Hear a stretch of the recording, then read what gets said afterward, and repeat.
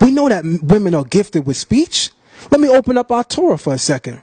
Everybody know about this woman called Eve, but no one knows about this woman called Hawa. This is a Hebrew name, but this is also an African name. When you go into places like Nigeria and Ghana, here's a name that is very common.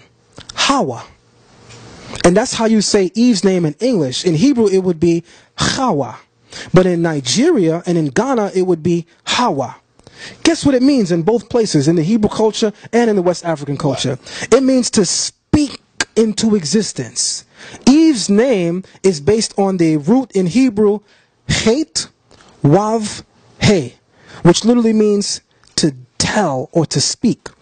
And you open up the book of Psalms, chapter 19, verse 2. There's a verse that says, night unto night declares knowledge. The word for declares knowledge is Hawa, the same name as Eve. Are there any women teachers in the Torah? When you read the Torah, can you find sisters that's teaching in the book? Not only can you find sisters that are teaching in the book, let me take it a step further.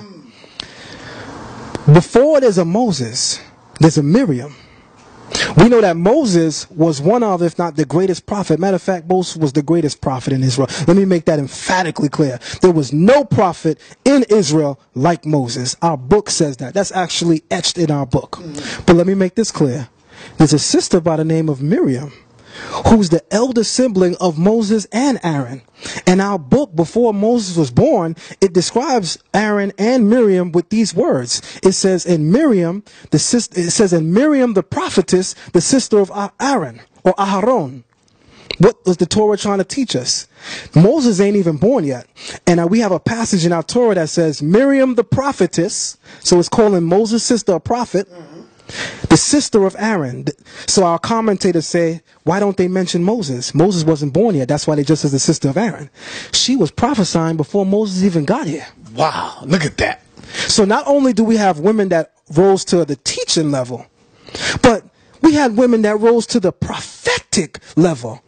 Remember, our book tells us that there was an issue that Miriam and Aaron had with Moses. They said, wait, time out, Moses. God was speaking with us before you got here.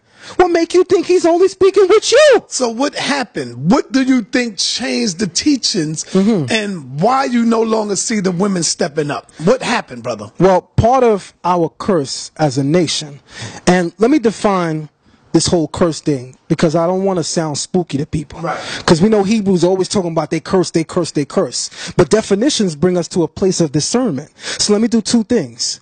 In order for us to understand what a curse is, let me bring you up to speed with what a blessing is. When we talk about a blessing from the Hebraic perspective, this is what a blessing is. The Hebrew word for blessing is beraka. It comes from the Hebrew word berek, which is a knee. Why does the Hebrew word for blessing share the same root as the Hebrew word for knee?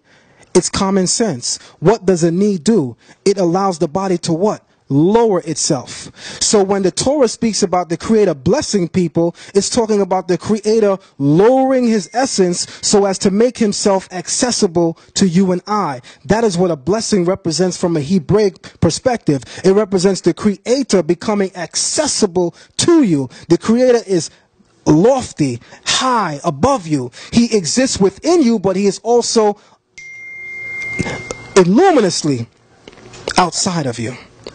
With that being said, he has to actually lower his essence, I'm speaking metaphorically, in order for him to become accessible to you. That is why the Hebrew word for blessing is called beraka, and it's related to the word berek, because you can't lower your body unless you got a knee.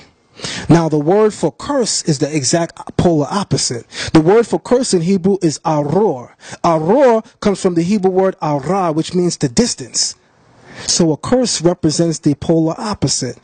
Anytime we distance ourselves from the Creator, we become cursed. So when we speak of ourselves as being cursed, we're speaking about the fact that we have consciously distanced ourselves from the Creator. So when we speak about us being a cursed people, you can see it today. Even from the Kemetic perspective, we don't see black people behaving with the virtues in Kemet. So, and we know that black people are consciously choosing not to acknowledge those divine rights. So when we speak about a curse, realize that from all perspectives, the same is true. A curse means that we have distanced ourselves from our divine nature and from the divine who exists outside of us.